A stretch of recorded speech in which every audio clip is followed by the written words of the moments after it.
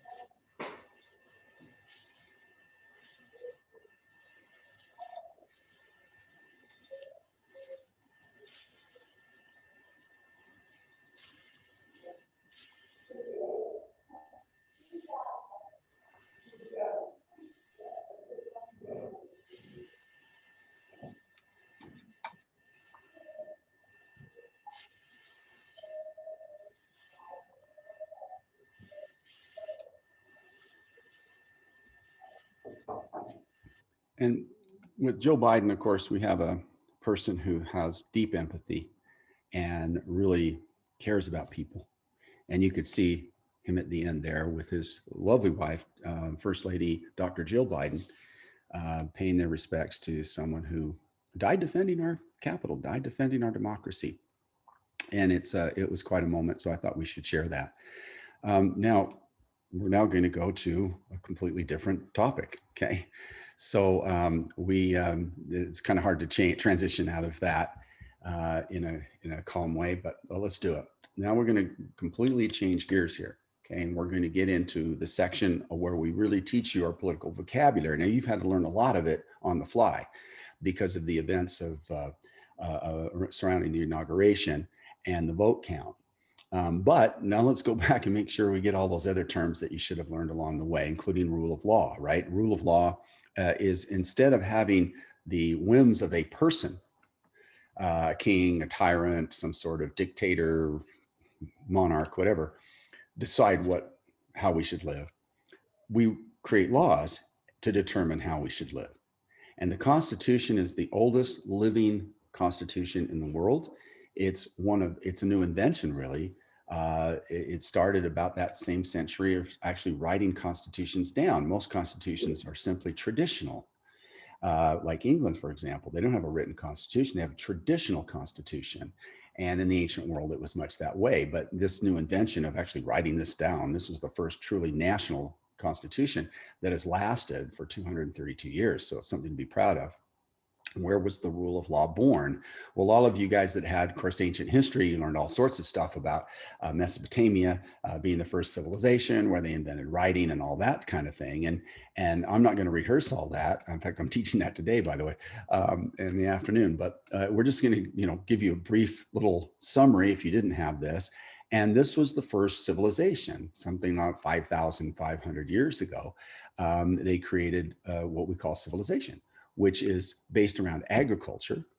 You might have heard the term Neolithic Revolution, right? The growth of agriculture, but on a large scale that could support the growth of cities and bigger political entities that go past just clans and tribes, those smaller village units.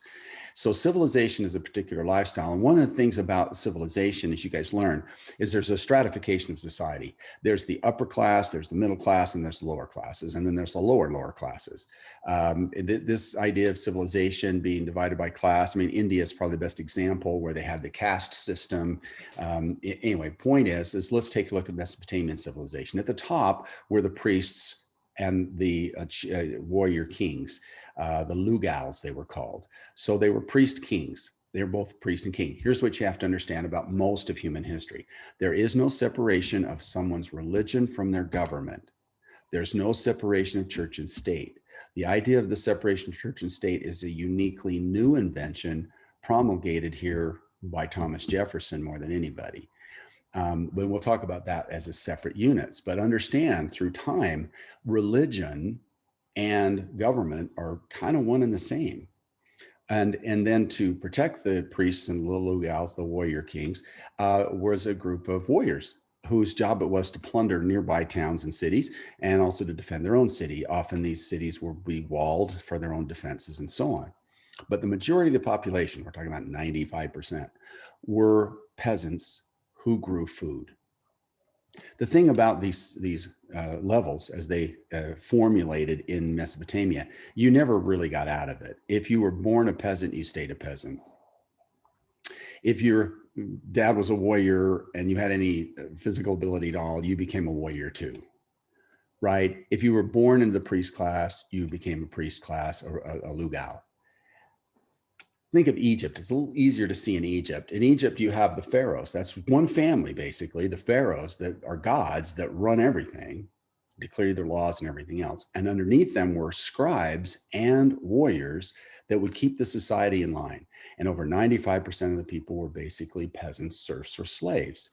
Peasantry is just a higher grade of slavery, but not by much. And you would toil in the soil literally your whole life.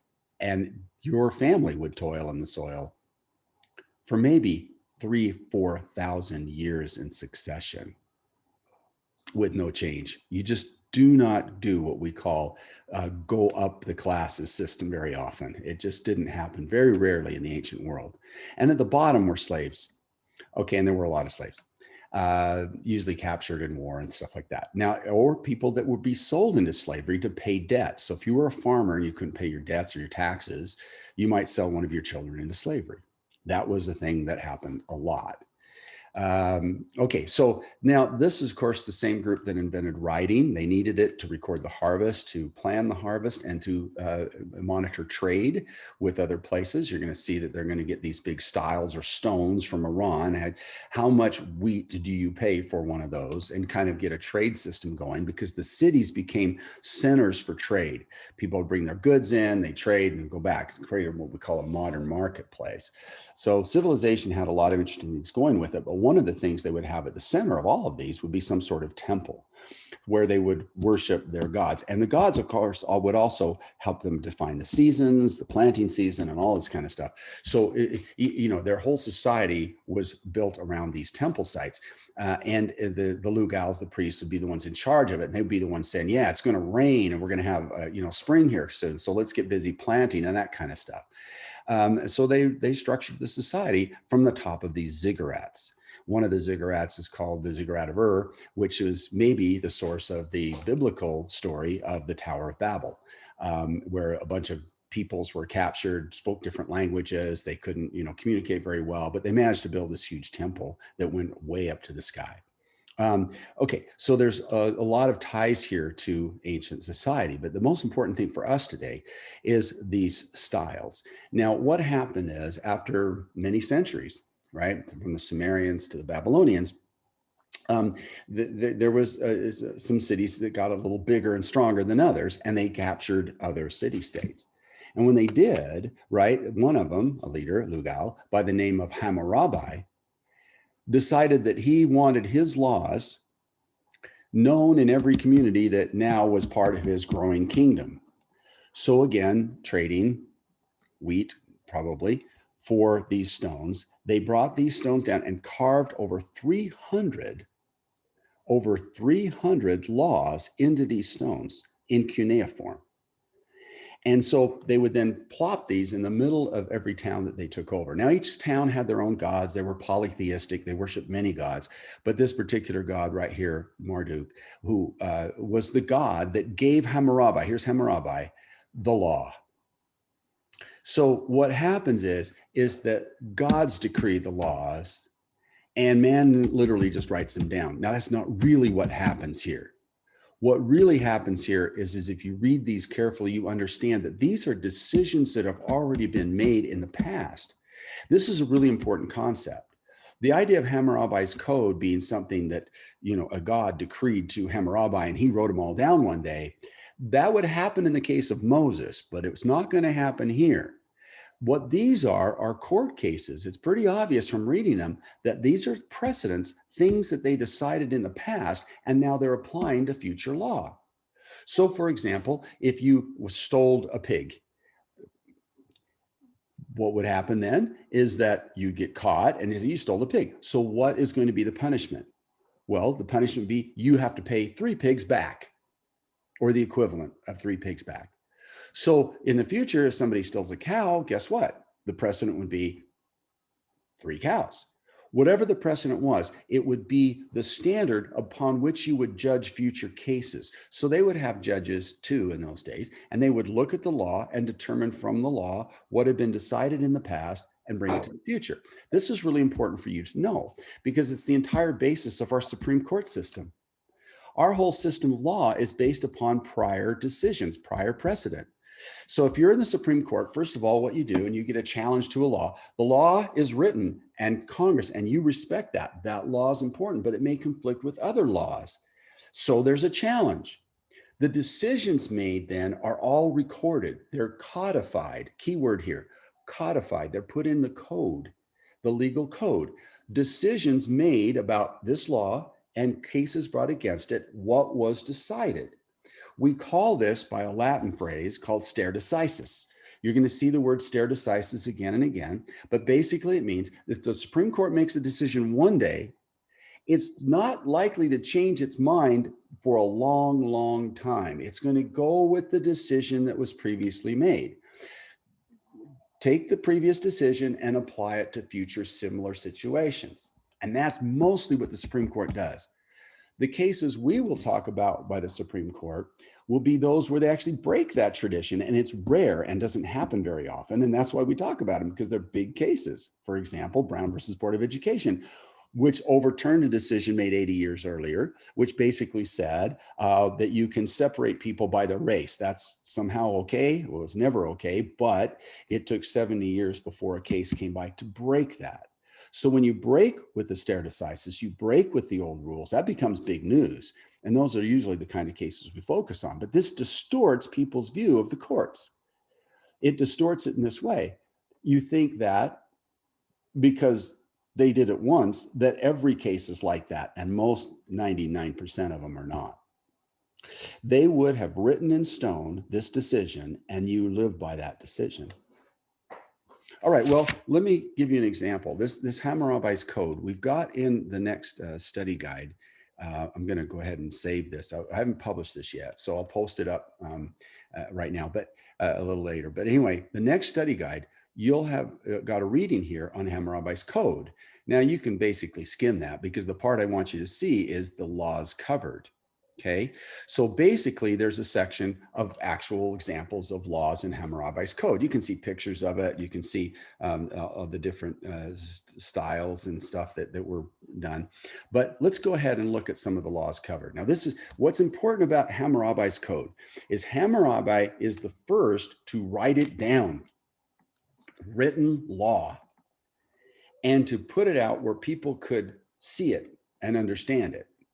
That's a big invention. That's huge. Now, the laws that are on Hammurabi's styles, on his code, the truth is they're probably 1,000 years older than Hammurabi. These are probably laws that existed in ancient Sumeria before the Babylonians even showed up. We'll never know until we find more written records that could prove that. This is the first example of a written code. And so that's why it becomes important. Let's just read one, for example, and I think this is an important one. We'll do this one together, and then the rest are for you to look at, and you can go read, you can read all 300 laws if you want, but let's just use this as an example. Here is the law. It's number 196, okay? You can go through and number them, right? It's over 300. If a man destroy the eye of another man, they shall destroy his eye. Whoa, okay. So you're in a fight, you knock somebody's eye out, then somebody comes along in justice and knocks your eye out too. This code is called an eye for an eye, a tooth for a tooth. It seems pretty harsh today, but if you go through like the Old Testament, the Hebrew scriptures and so on, their early laws were very much eye for an eye, tooth for a tooth. It's also interesting that the Jewish people who wrote those, the Torah and wrote the Old Testament, basically, they were captives of Babylonia for hundreds of years and lived under this law. Did it influence their laws a little bit? I don't know. We'll never know. But we do know that this eye for an eye, tooth for a tooth was a big thing in the ancient world. If you get in a fight and you knock someone's tooth out, then somebody gets to knock your tooth out. Except there's exceptions. You ready for this? If one break a man's bone, they shall break his bone. If one destroy the eye of a freeman or break the bone of a freeman, he shall pay 1 gold mina. The law is different based on your class. If you're a warrior or if you're a lugal, a priest king, the eye for an eye, tooth for it doesn't apply to you. You pay a fine instead. If one destroy the eye of a man's slave or break the bone of a man's slave, he shall pay half this price. So slaves were worth half of what peasants were, and the upper classes got a break in the law. Now, this is hardly what we would call equality, but the ancient peoples wouldn't have blinked twice about it. It would have just been understood. So we have this class society that I described earlier and have a different set of rules for each one. The thing I love about Hammurabi's code and the ancient Mesopotamians, at least they were upfront and honest about it. You ready to look at some of your things in your essay for your research paper? Are our laws equal and fair? Can people with money and means buy the best lawyers and do less jail time and maybe now even go to jail or have lower fines or whatever because they can afford great legal representation? Is there discrimination in our legal system based on race, which is the whole thing about Black Lives Matter, which is going to become a big topic for you in terms of your report there? You're not giving opinions on this. You're simply saying this movement started because of perceived inequality in the law. Is Biden reacting to that? And if so, what laws have gone into effect?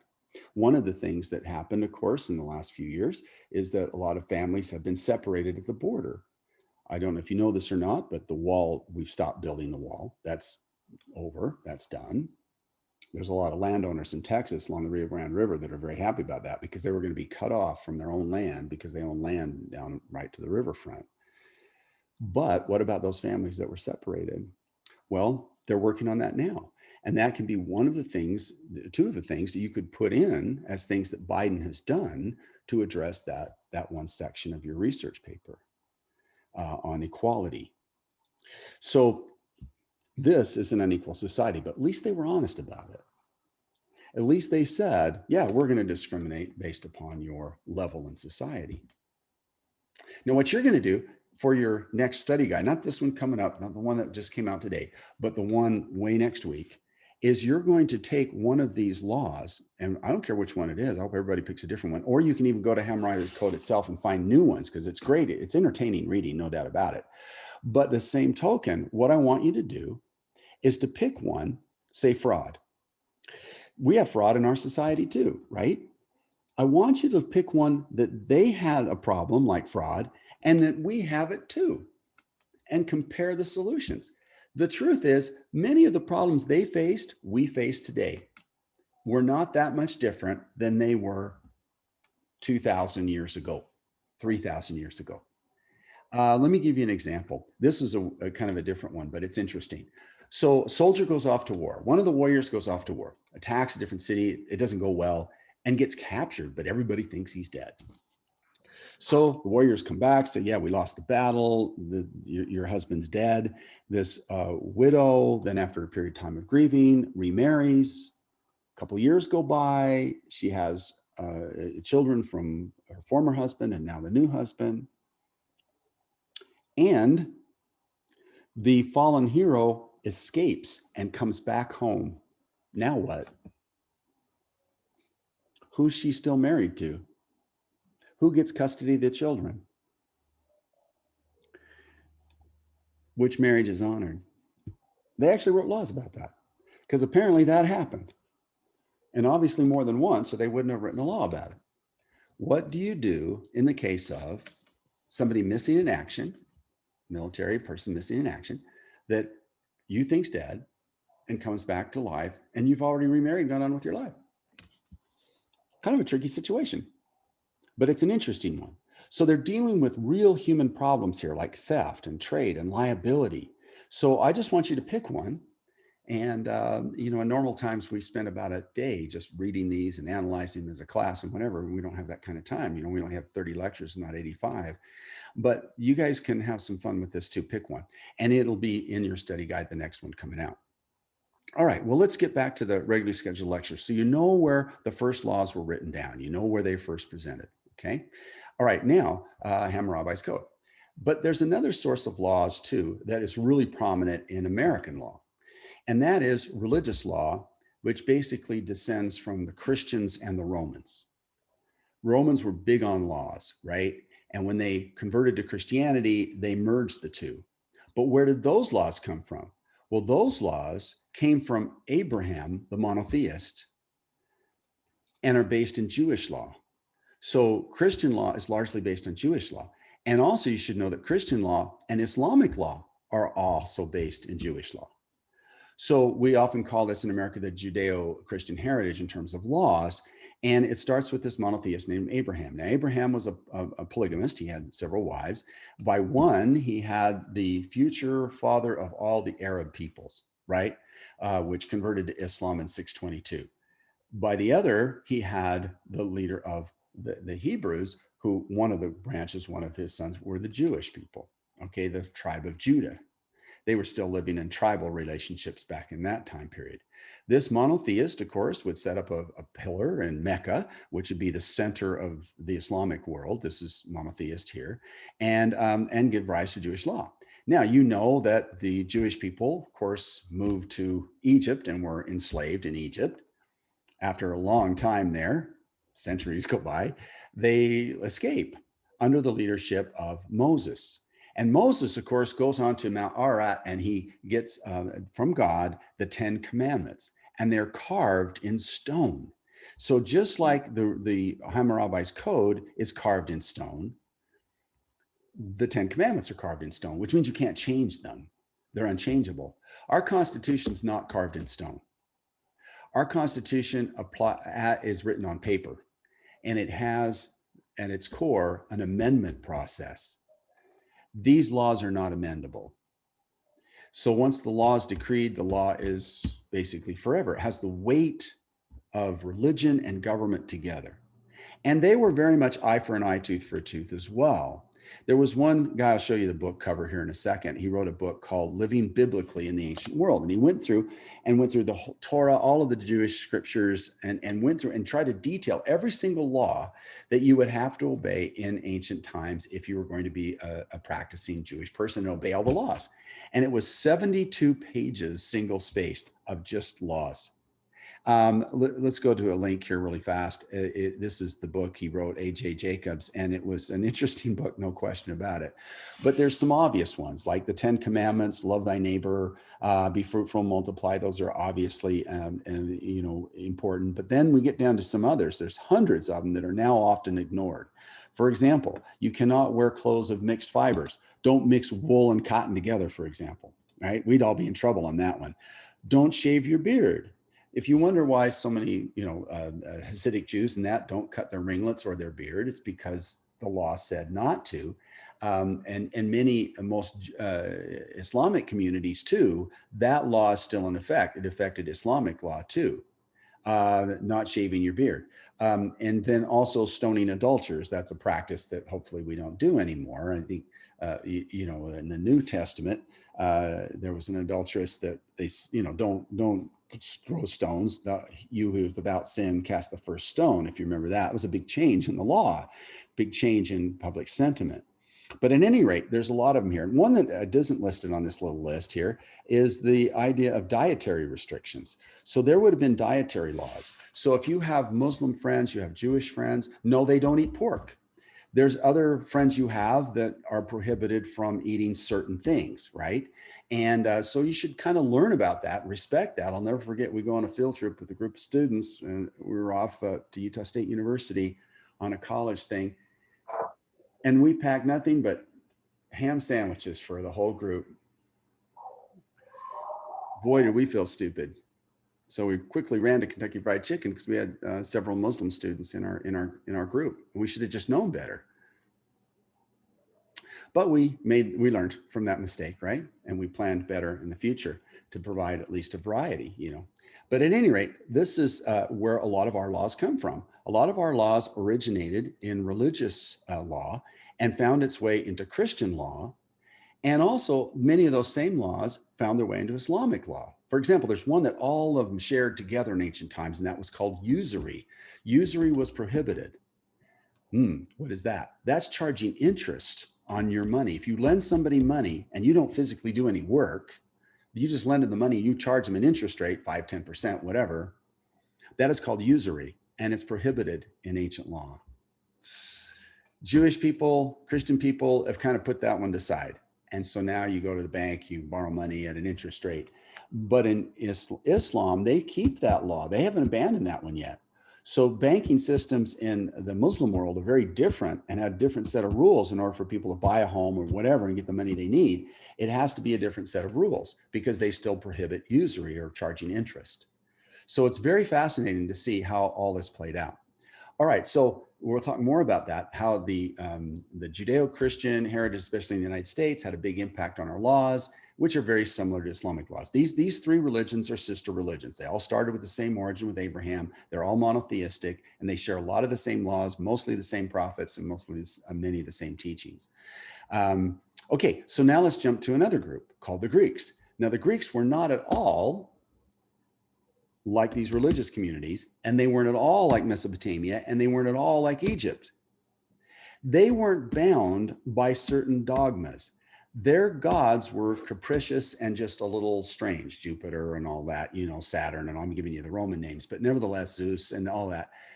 These gods were not really the same as Egyptian gods, which were steady, always the same, right? These gods were more playful. They were more likely to throw a lightning bolt at you than give you any laws to follow. And so they lived in a different situation. The Greeks, of course, also had hundreds of little city-states. So as civilization crept into this area, they all kind of pursued their own path. And they created what we call the polis. Now, the polis is basically a city state. So it's a city with all the agricultural areas that surround it. Most were small, between 1,000 and 3,000 square miles. And they would really rival each other, and they would fight each other all the time with gladness. The one thing about the Greeks is they were disunited as can be. And they loved to fight each other, and they were fiercely independent. Living in their happily in their polis, which, by the way, here you go, is the origin of the word politics. Most of the vocabulary we use in political science today comes from the Greeks. Like democracy, ruled by the people. Aristocracy, ruled by the landed aristocracy, the aristocratic elite. Oligarchy, we'll talk about all these terms, and that's why it's so important to study the Greeks. By the way, the Greeks give us our first book, our first textbook in political science. It was a book written by somebody you might have heard about, Plato, who wrote a book called The Republic. And what the Greeks did, especially Plato, Aristotle, they examined different forms of government that existed. And there were so many to choose from. You could look, for example, there was the oppressive military oligarchy of Sparta, run by two kings. And that was different than, say, Thessalonica, which was more of a merchant kind of society. And then Athens, of course, was a tyranny to start with. And it's going to turn to democracy. And then, of course, you had Persia, which was this wild aristocracy. And what they did is they literally did what they did with everything. They analyzed it. They broke it down into different components and gave definition to it. This is called this, and it's different because of these reasons.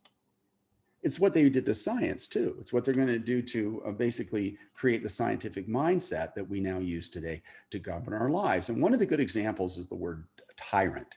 Now, the word tyrant to us, modern meaning down here, dictators or oligarchs who usurp rights and practice tyranny. It's kind of an evil sounding word, tyranny, that's evil. One of the problems that we have is that people hear a word and they attach false meanings to it. It's just a word. It's a word that defines and describes. And the Greeks wouldn't have been hung up on that. They would have said, oh yeah, here's a new word. It describes this. Today, you hear words like communism, socialism, liberal, conservative, Democrat, Republican. These words, basically, people react to like they're good or bad. We have our little guy here, Yosemite Sam. Here's this particular word. And you go, oh, I hate those people. Why? It's just a word. Let's chill a little bit and let's learn what the word means. For example, tyrant. For the Greeks, tyrants are capable rulers who take power by their own means, usually with popular support. So that has a little bit of a measure of what we call populism to it. That's all a tyrant is. Now, in Greek history, there can be nice, good tyrants and very bad, evil tyrants. It's the individual, right? But the way they got the job of being leader was that they were capable and they got popular support. Now, some of those will lose popular support, of course. We'll give you some examples, but let's not get hung up on words. A tyrant is just a word. Don't immediately say, oh yeah, in ancient Greece, that must have been the evil people. No, there were some good tyrants. There were important ones. Let's give you some examples of both. Okay, so here we are in 7th century BCE, and this is Athens, and it's going through about 150-year periods of social unrest. Basically, the Greeks weren't bound by dogma. If you were a peasant in Egypt, your afterlife was dependent on serving the pharaoh. That's why there weren't any rebellions. You didn't dare rebel or you'd lose your afterlife. Oh, by the way, you ate well and you had your family and you could be very happy, but you did obey. But the Greeks were not like that. The Greeks were not bound by religion that said, if you mess up here, you're not going to go on the trip with the pharaoh to a great place and you'll be punished forever. The thing is, the Greeks had a class society too, and they were upset about the inequality. The peasants were upset that the owners of the land were putting them into debt, causing them to sell even some of their own children to pay those debts.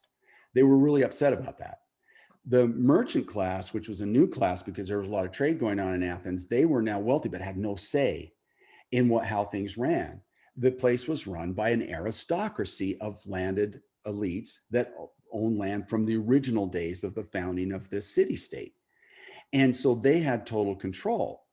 Well, okay. So the aristocracy gets together and they say, we got to solve this problem. All these people are upset. They're angry. They're throwing stones at us. This is not a healthy situation. So they appointed a tyrant named Draco. Now, Draco tried this. He said, I'm going to make the laws so strict that anybody that messes up, now we're going to treat them like they do in Egypt, right? So if you mess up, you're going to be punished. It didn't work. Quite the opposite. It caused more disruption and more discontent. These laws are called draconian. Great word. Learn to use that word in your research papers and your other classes because it's a great word when applied properly. Words are just words, and you can use them to great effect in your writing. This means you have very strict laws. Now, what about in our history? We've had draconian laws too that didn't work.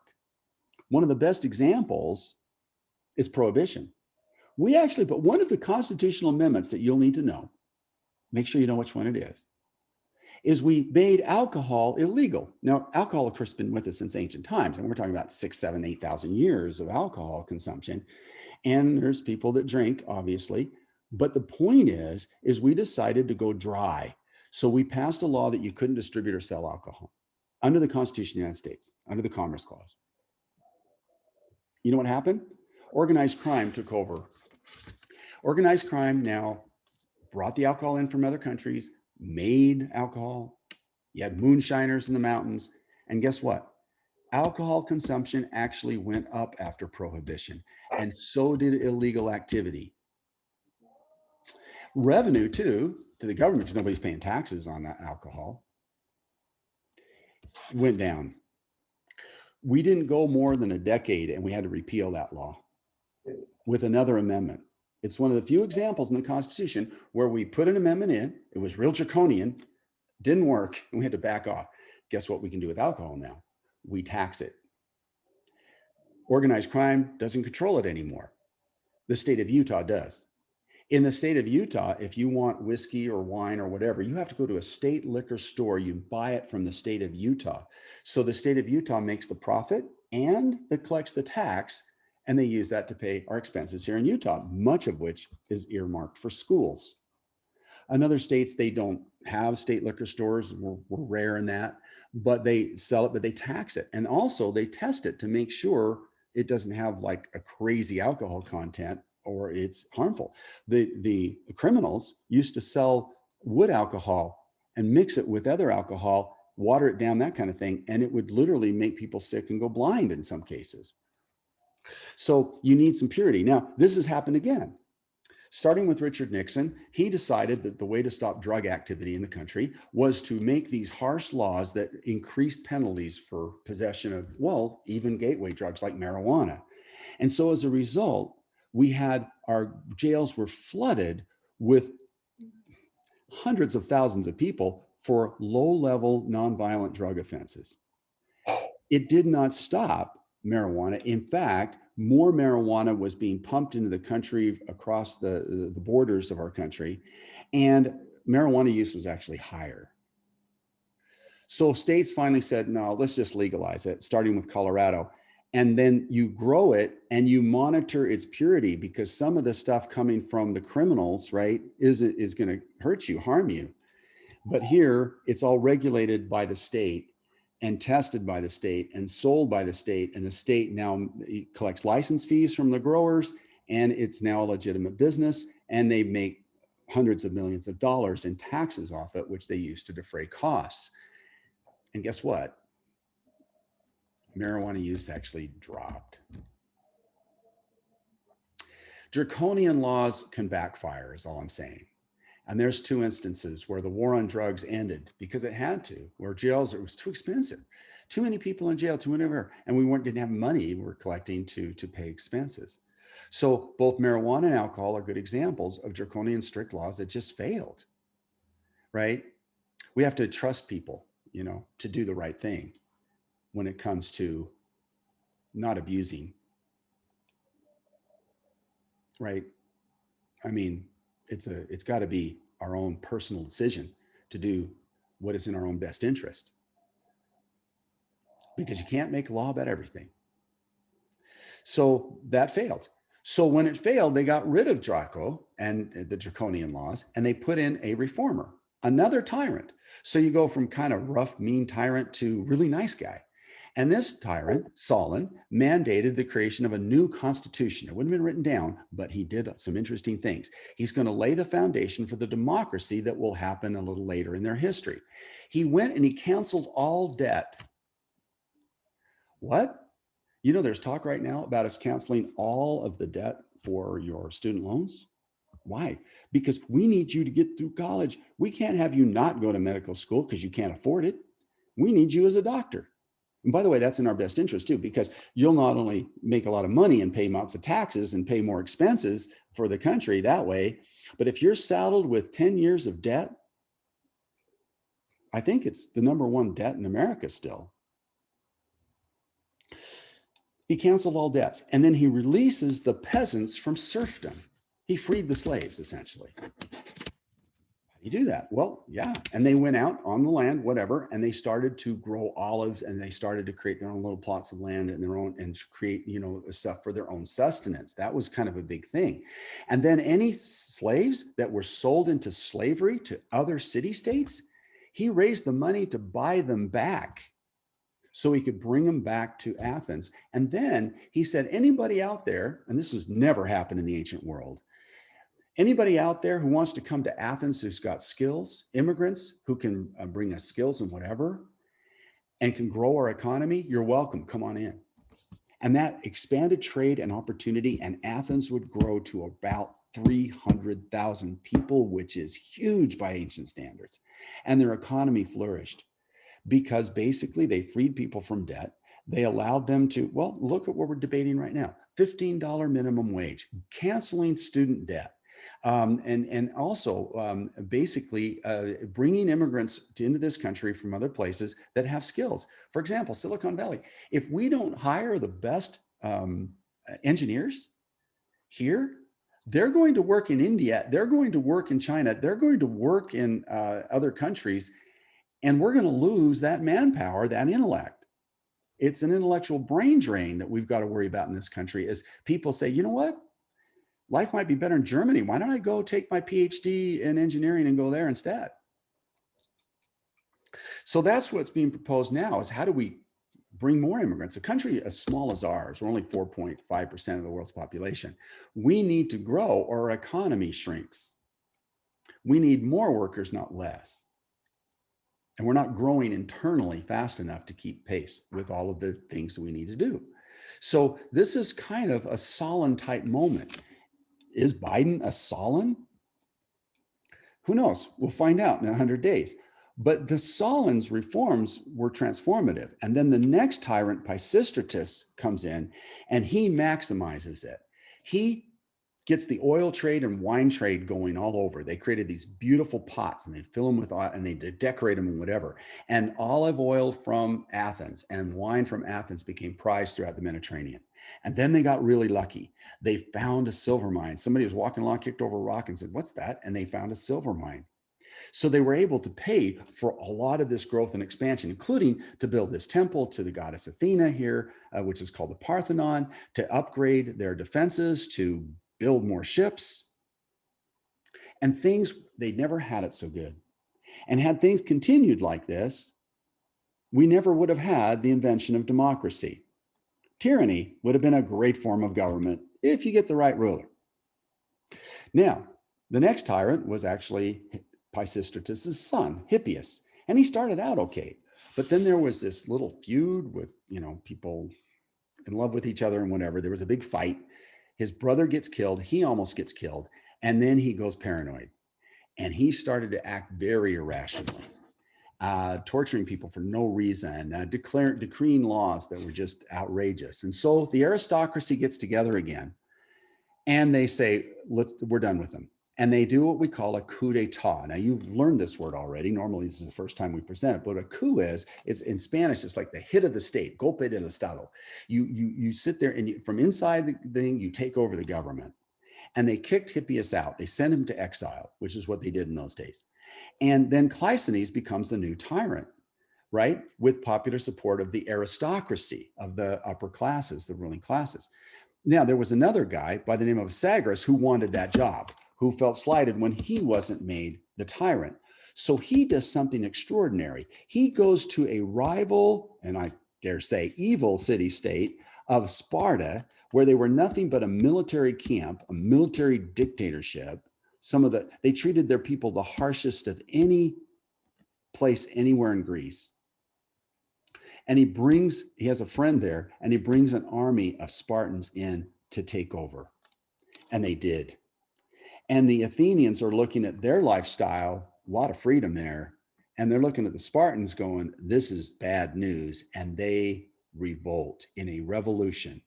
Now, this revolution is the first time in recorded human history in the ancient world where the people rose up against their government and took it down. In a 3-day siege of the Acropolis here, they pinned down the Spartan army, they pinned down Asagras, and finally the Spartan army says, we're leaving, we're out of here, and they leave Asagras to his fate. Asagras was sent to exile, and the mob now is in control of Athens. It's a revolution. It happened in 508 BCE.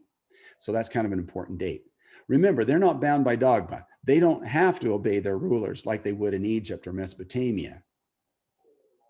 This was a radical liberal change. Now, once again, here's a couple of terms that people kind of overreact to, like Yosemite Sam.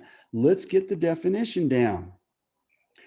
People react conservative, liberal, Democrat, Republican, all this. Let's just get the definitions down first. First of all, radical means radical change. Liberal means change. People who are liberal want change. People who are conservative want to keep the status quo. They want to keep things the way they are. If it's working, let it work. That's the philosophy.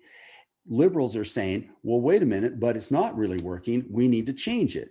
Now you can have moderate liberal change or radical liberal change. You can have moderate conservative people.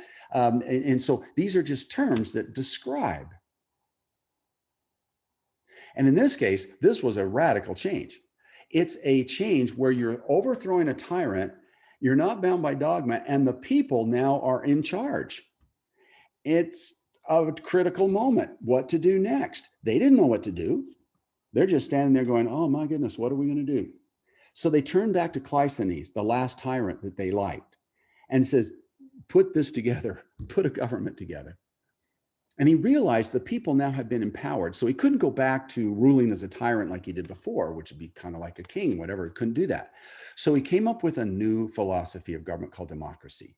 He basically said, any Athenian citizen who's a male and has some wealth or, a power, but also who served in the military. So that's basically of the 300,000 people living in Athens, 30,000 were given the vote. And what we're going to do is we're going to clear out a part of this hillside up on the Acropolis, and we're going to meet there every 9 days, and we're going to debate every law and every decision together.